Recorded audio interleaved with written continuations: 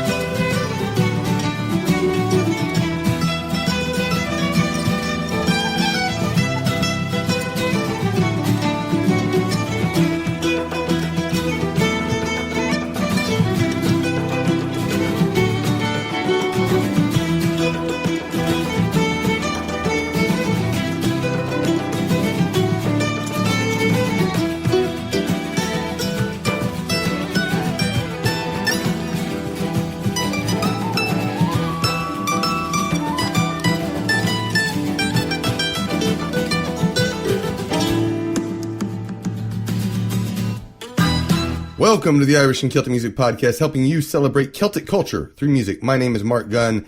I am a Celtic musician and podcaster, and this show is dedicated to all the independent Celtic musicians. I want to ask you to support these artists, share the show with your friends, and find more episodes at CelticMusicPodcast.com. We kicked off the show with CAMPO TRAVIESA from their album Dreaming with the Rain. That was La Isla de la Tortuga. They're a Celtic band out of Mexico City. Next up is Kellswater Bridge. They're out of Wisconsin. This is The Proof is in the Pudding from their album of the same name.